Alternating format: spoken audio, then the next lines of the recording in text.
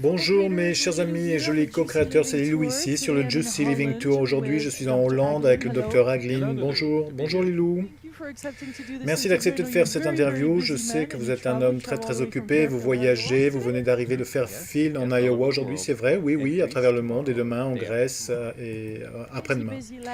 Une vie très occupée, vous avez ce fou et impressionnant CV et vous voyagez à travers le monde, vous avez écrit de très nombreux articles, vous êtes hautement intéressé bien sûr par la théorie du champ unifié et nous allons parler de cela et aussi de la méditation transcendantale. Je viens juste, comme beaucoup de monde l'a vu, de Meru, où j'ai fait une interview merveilleuse là-dessus, mais je suis vraiment intéressé puisque vous êtes physicien des particules.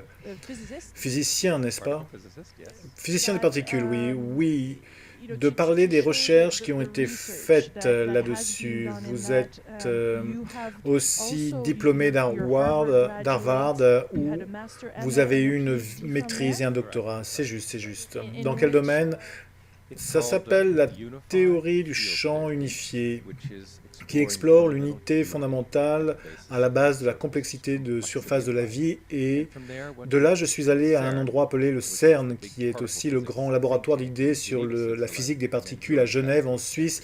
Et j'ai ensuite rejoint la faculté d'université de Stanford. Oui, j'aimerais vraiment parler et commencer cette conversation afin d'en apprendre plus sur ce qui s'est passé au CERN et au SLAC. Pouvons-nous le raccourcir de cette façon, le son de l'accélérateur linéaire de Stanford? Parlez-nous de ce qui s'est passé là-bas, car j'aimerais avoir vraiment une certaine idée sur ce qui se passe là-bas et de comment cela vous a aidé dans vos propres recherches. Excellent, donc, ok. Donc les accélérateurs de particules, ces machines énormes, sont les microscopes modernes, les microscopes de notre âge. Ils nous permettent de sonder profondément à l'intérieur de la structure de la réalité et cela signifie des distances toujours plus petites. Et à ces distances toujours plus petites, nous continuons de découvrir de nouvelles choses. Il y avait l'atome et ensuite le noyau atomique et ensuite les particules subatomiques telles que les quarks et les leptons, et ensuite les forces fondamentales comme les forces radioactives et nucléaires. Tout cela peut être sondé dans ces machines puissantes et la chose intéressante concernant cela est la découverte que plus vous allez profondément, plus vous examinez, plus la vie devient simple et toute la complexité de l'univers et les centaines et centaines de particules fondamentales de la nature sont simplifiées pour devenir ultimement une. Et c'est ce qui est appelé la découverte du champ unifié ou champ des supercordes qui explore et fait dériver et vérifie l'unité fondamentale de la vie. L'unité qui sous la complexité et la diversité apparente de l'univers. C'est totalement fascinant et cela est très important dans ma vie parce qu'à travers la méditation, j'ai toujours expérimenté qu'au cœur de la vie, il y a l'unité, le samadhi, le transcendant, champ de conscience, champ de l'être intérieur. Qu'est-ce que cela? Comme je me le demandais, qu'est-ce que cette unité? Finalement, le monde de la physique, le monde de la science est capable de dire oui, la nature de la vie est unifiée. Pas à la surface, mais profondément à l'intérieur. La même unité que nous expérimentons profondément à l'intérieur de nous-mêmes en tant que notre propre pure conscience, l'état de samadhi. Donc ils vont bien ensemble, ce sont bien les mêmes et cela a été une découverte très importante dans ma vie. L'unification de la sagesse la plus ancienne de l'unité au cœur de l'existence qui fait que vous et moi sommes un avec le monde physique dans lequel maintenant nous voyons franchement de façon similaire que nous sommes tous un à notre base. Beaucoup d'entre nous, les humains normaux, entre guillemets, sur cette planète qui n'avons pas l'esprit d'un physicien, le ressentons, mais nous avons de la difficulté à l'exprimer. Chaque fois, les mots manquent pour en décrire l'expérience et l'expliquer. Parfois, pour un esprit non rationnel, peut être une chose très difficile. Oui, il se trouve que pour en fait l'expliquer correctement du point de vue médical et physique, c'est assez délicat, mais vous avez raison, certaines personnes le ressentent parfaitement et aussi ce surgissement d'amour qui émerge vraiment dans le fait de voir l'unité de soi-même et des autres. Je souhaiterais que plus de gens aient ce feeling, car pour beaucoup, la vie entraîne tellement de divisions. Vous savez, je ne suis pas vous et je vais me battre contre vous et tout ça. Donc nous avons besoin de plus de Lilou, nous avons plus besoin de ce sentiment que la vie est une et heureusement avec des outils comme la transcendance, aller au-delà du mental afin d'expérimenter la source de l'esprit, la source de la pensée, le domaine de l'unité à l'intérieur va animer cela, cette réalité de l'unité chez les gens, afin que les gens commencent à se comporter d'une façon qui est motivée par l'unité et l'amour. Une fois que nous commençons à vivre la vérité de l'unité de la vie, et ce changement, ce basculement, nous avons encore besoin de le faire. Nous commençons à aller dans cette direction en tant que société, mais nous avons besoin d'une stimulation plus forte. C'est pourquoi je me suis impliqué en tant que physicien et avec la méditation afin de l'amener à des millions de gens. Oui, dites-nous ce qui se passe dans le cerveau au niveau neuroplasticité quand nous méditons. Et si nous méditons régulièrement, que se passe-t-il là avec le cerveau? C'est étonnant comment le cerveau se transforme. Bien sûr, nous savons que le cerveau est malléable. De toute façon, le cerveau se crée lui-même constamment. Toute expérience, bonne ou mauvaise, change le cerveau, mais il n'y a pas d'expérience aussi puissante ou aussi fondamentale que le fait de transcender, d'aller au-delà de la pensée afin d'expérimenter l'être universel, immortel, ce qui est plus facile qu'il n'y paraît. Ça prend réellement juste quelques minutes, peut-être 2 ou 3 heures d'instruction et ensuite quelques minutes de pratique pour expérimenter le samadhi, notre propre soi intérieur universel immortel. Cette expérience change complètement le cerveau au moment de l'expérience de la transcendance, qu'encore une fois vous pourriez avoir en quelques minutes durant votre première session de méditation. Le cerveau entier devient synchrone, complètement intégré, cohérent. C'est frappant. Vous ne verriez jamais cela dans les états de veille, de rêve, de sommeil profond, d'hypnose ou des états provoqués par la drogue. Complètement synchrone, harmonisé. Et ce qui se produit avec le temps, c'est une sorte d'ordonnancement cérébral. Cette cohérence, ce fonctionnement harmonieux intégré du cerveau devient permanent. Et quand cela devient permanent, le silence profond de la méditation, la félicité profonde de la méditation, la profonde unité de la méditation devient permanente et cela s'appelle l'illumination. C'est au-delà de juste l'état méditatif qui est une expérience fugace de notre soi universel unifié. Cela devient permanent durant l'état de veille, durant une activité dynamique, même durant le sommeil profond, même sous anesthésie en chirurgie. On n'est plus jamais perdu à l'expérience de notre soi illimité, immortel. Donc c'est un développement complet du cerveau qui en découle. Vous le voyez en termes de l'électroencéphalogramme, l'ordonnancement du fonctionnement du cerveau, le cortex préfrontal s'animant, le cerveau supérieur, et les connexions entre le cerveau supérieur et le cerveau primitif qui permettent fondamentalement au cerveau supérieur de prendre le contrôle.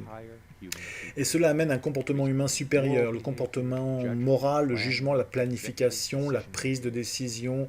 C'est un développement total qui vient de l'expérience de notre, vous pourriez dire, âme. Ça vient de l'expérience profonde de notre propre soi. Vous êtes connu comme étant un scientifique brillant. Attribuez-vous cela à la méditation? Avez-vous eu certaines de vos idées durant la méditation ou juste après? Dans quelle mesure lui attribuez-vous vos accomplissements et vos succès? C'est une expérience intéressante pour moi. Oui, pour beaucoup de scientifiques méditants que je connais, la méditation est un outil puissant car en tant que physicien, je suis sûr que c'est vrai pour chacun, notre esprit, notre créativité, notre intelligence est si importante pour nous.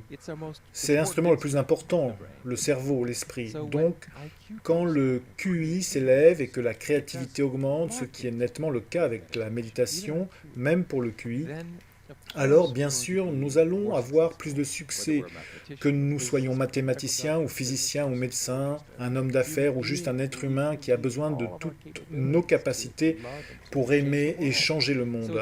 Donc c'est très important, mais oui, pour moi, certaines de mes découvertes les plus connues, la grande unification des 3 forces fondamentales de la nature, sont venues directement en tant que résultat de la méditation et juste après la méditation.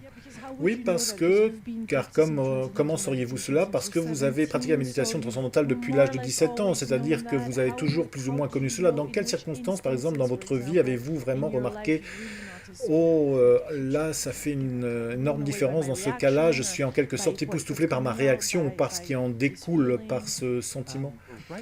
Directement, au tout début, j'étais un jeune étudiant en physique en difficulté. Honnêtement, je trouvais cela très sec, presque impénétrable, trop mathématique, trop abstrait. Et néanmoins, alors, mon médecin, parce que j'ai eu un accident de moto, j'avais une sorte de corset plâtré et ça ne s'améliorait pas très vite, j'avais de la fièvre pendant des mois et des mois. Finalement, le médecin m'a dit, vous savez quoi, il y a cette nouvelle chose, ça s'appelle la méditation transcendantale. Je ne l'ai pas essayé, mais vous pourriez vouloir l'essayer car elle est supposée apporter un repos et un sommeil plus profond et accélérer le processus de guérison. J'ai dit, je vais essayer. Et je l'ai fait, j'ai été très vite mieux, en quelques jours ma fièvre était partie.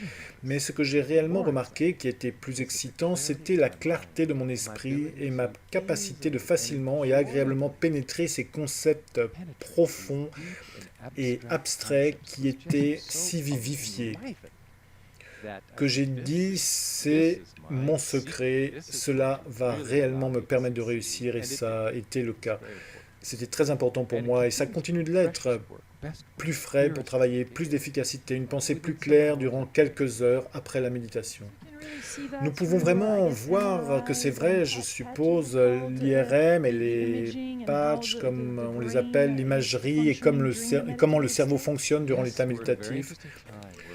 Oui, nous sommes à une époque très intéressante où la science du cerveau commence à être assez sophistiquée. Vous pouvez voir ce qui est appelé l'EEG, l'activité électrique du cerveau, le MEG, l'activité magnétique électrique du cerveau, l'IRM et l'IRMF, l'imagerie par résonance magnétique fonctionnelle, et le TEMP, tomographie d'émission monophotonique, et le TEP, tomographie par émission de positrons qui mesure la circulation sanguine dans le cerveau. Et en regardant où le sang circule, vous pouvez voir quelle partie du cerveau est utilisée et ce que vous découvrez, par exemple, sous l'effet du stress, c'est que le cerveau supérieur s'arrête, ce qu'on appelle parfois la réaction de lutte ou de fuite, et le cerveau primitif, le cerveau réactif, prend le relais, car c'est le moment de fuir ou de se battre. Malheureusement, sous stress chronique, et la société aujourd'hui est sous l'emprise du stress chronique, le cortex préfrontal, le cerveau supérieur, s'arrête de façon chronique et ne réussit pas à se développer correctement. La méditation réanime le cortex préfrontal et l'intègre à la totalité du cerveau de telle façon que nous utilisions la totalité du cerveau. Et oui, vous le voyez via le TEP, le TEMP, l'IRM et l'EEG. Le HeartMath, une société qui s'occupe d'aider à la gestion du stress, bien sûr vous les connaissez, le cœur émet un signal très puissant. Il y a probablement un terme scientifique pour ça que je retrouve pas tout de suite. Comment est-ce que ce lien, quand vous êtes dans cet état de méditation, afin d'activer plus cet endroit-là, ici, qui semble être un outil très très puissant, nous parlons souvent du cerveau, mais qu'en est-il du cœur et comment les deux sont-ils connectés? Eh bien, le cerveau est vraiment le conducteur principal de toute la chose, mais le système nerveux central a un lien direct avec l'important paquet de nerfs dans le cœur qui à certains égards est le siège de l'émotion. Et durant l'état de méditation, le système nerveux entier, et cela inclut le cœur, et en effet l'organisme entier, devient profondément intégré. C'est une expérience holistique. L'expérience méditative est l'expérience la plus holistique où l'attention d'ordinaire localisée étroitement confinée sur ce concept, cette expérience, cette personne, cette émotion devient étendue et s'étend pour devenir complètement illimité, holistique, expérimentant notre nature universelle. Et dans cet état, avant tout, le cerveau s'allume. La totalité du système nerveux se synchronise, tout le corps se synchronise. Dans l'ancienne littérature, la transcendance était appelée parfois l'intégration de la vie. L'intégration. Donc ce n'est pas seulement que le cœur se développe et se développe et se développe, mais il devient tout à fait intégré avec l'esprit, de telle façon que nous ne sommes jamais dans une sorte de conflit interne, nous pouvons avancer avec un esprit, avec une sorte d'unanimité interne qui apporte plus de puissance, plus de propos et de plus grands résultats dans l'activité.